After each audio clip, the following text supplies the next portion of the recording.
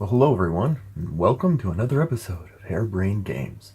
While my camera is shaking, I'm just going to say Merry Christmas in retrospect. I hope you all had a great Christmas. I certainly did, and we're a little bit late on the weekend games, but hey, the festivities must go on. So with that, let's get to the news of the week. Okay. Obviously, during Christmas week, not a lot ships. By the time Christmas week happened, there was already a lot of stuff in motion, a lot of games released. There are, however, a few things that are trickling into the store after Christmas that might be interesting. If you have a gift card, or you have extra money and you're interested in fun games, if you're leaving the Puget Sound, Washington area, please visit Mox Boarding House, Zulu's Game Cafe, Around the Table in Linwood, Mox in Ballard. These are great places to pick up games.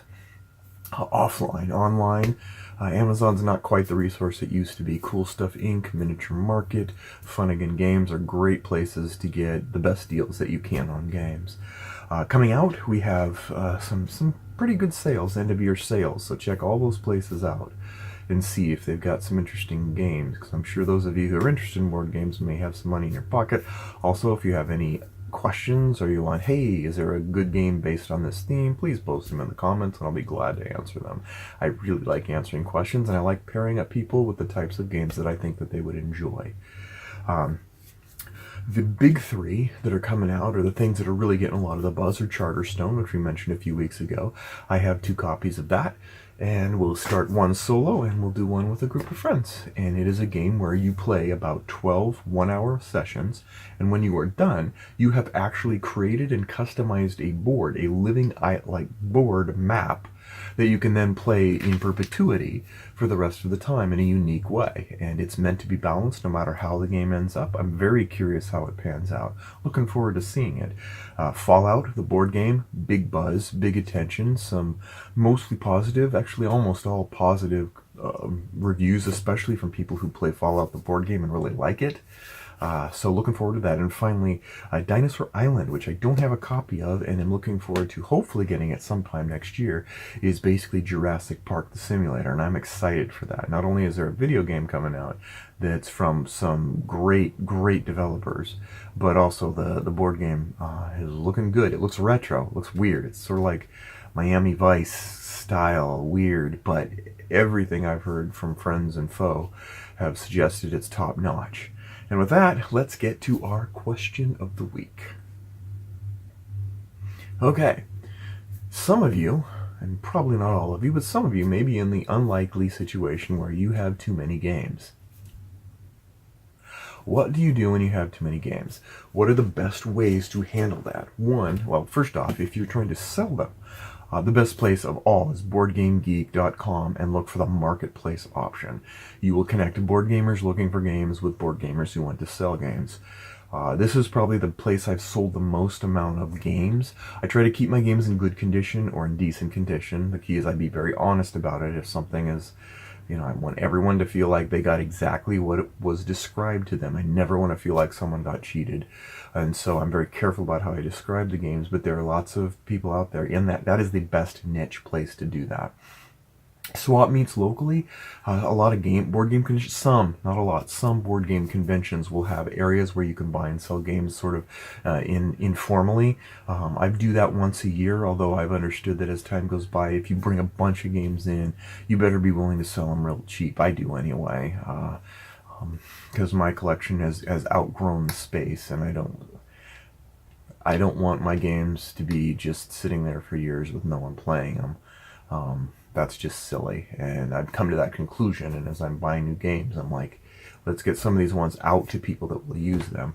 eBay is an option, although generally speaking it's not the best option. Board Game Geek is probably much more targeted, eBay less so. I did sell a copy of Fallout the board game, but it was in and it was out of stock, and so I ended up getting a good deal. It was sort of a timing thing. You got to be careful with the timing on that. I have tried in the past to sell games just in casually, and it doesn't work out. In this game, because Fallout the board game went out of stock so quickly once it arrived, I hit the sweet spot of someone who wanted it before Christmas and was able to get top dollar for it. Stores, there's one place around here that sells board games, but you're not going to get what you hope when you sell it for them because they're going to want to resell it back, and I understand that. The place I'd say to avoid is Half Price Books. The place sucks at giving you anything. You're pretty much almost just donating stuff, and they're really chintzy on books, which I kind of understand because they're not, it's books, which are wonderful when you read, but not really great in the resale value. But they do not give you a decent deal on board games. You are way better off selling it.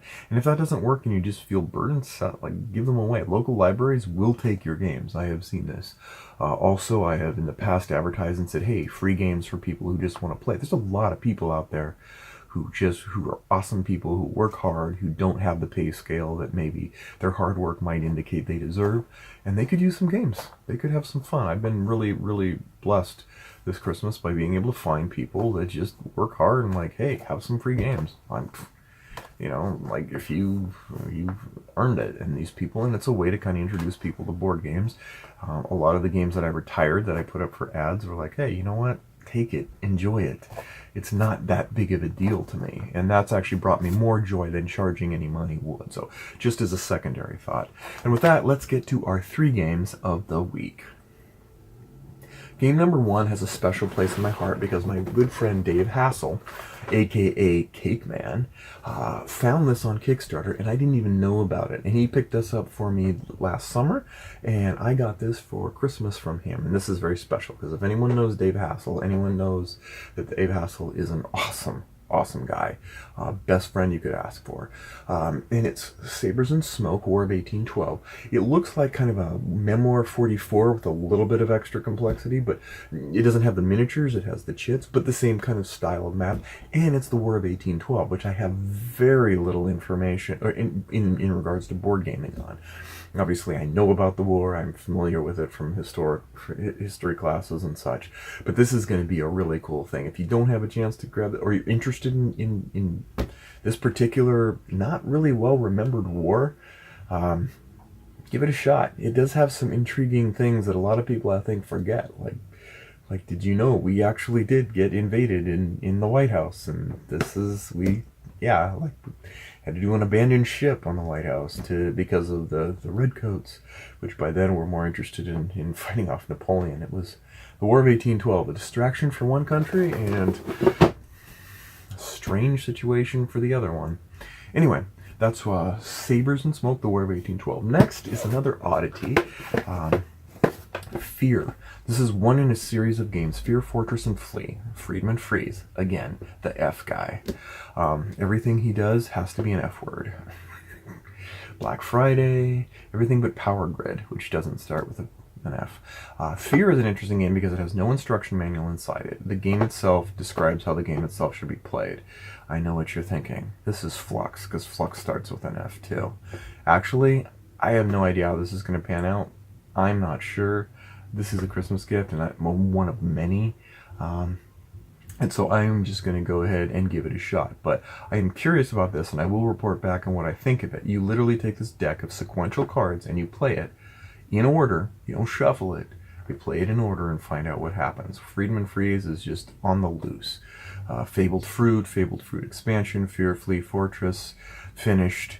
Black Friday, oh my god, it just goes on and on. So anyway, this is the second game of the week to describe.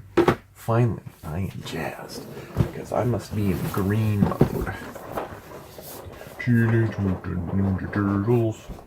I'm a big fan of the early cartoons, and the movies are hit or miss for me a little bit, but oh, I love the theme. I am looking forward to this. This is from Kevin Wilson, where did this come from again? That's right, the Last Civilization game. This is a ton of miniatures. If you want miniatures, this sucker has miniatures galore.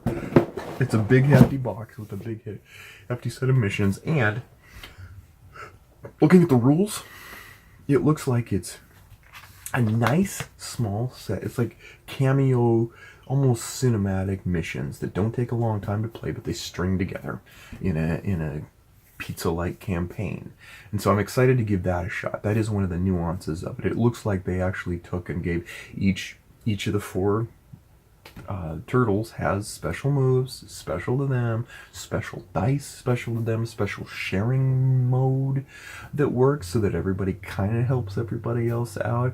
And The missions are all comic book style missions, and it looks really inviting. It looks like they didn't just throw some of the typical miniature type phenomenon. It looks like they really did spend some time and go, hey, how can we make this game feel like Teenage Mutant Ninja Turtles, flipping and spinning and flying and kicking and shurikens and all that other stuff. So those are the 3 games of the week that I'm looking forward to. Like I said, I had a good Christmas, and here's a panorama shot of just the overwhelming abundance of generosity granted to me. And that's it, except for the picture of the week. If you can guess what game this picture represents, I will give you a 5 decibel golf clap. With that, that's it. We'll see you next week into the next year on Harebrained Games. Thanks a lot.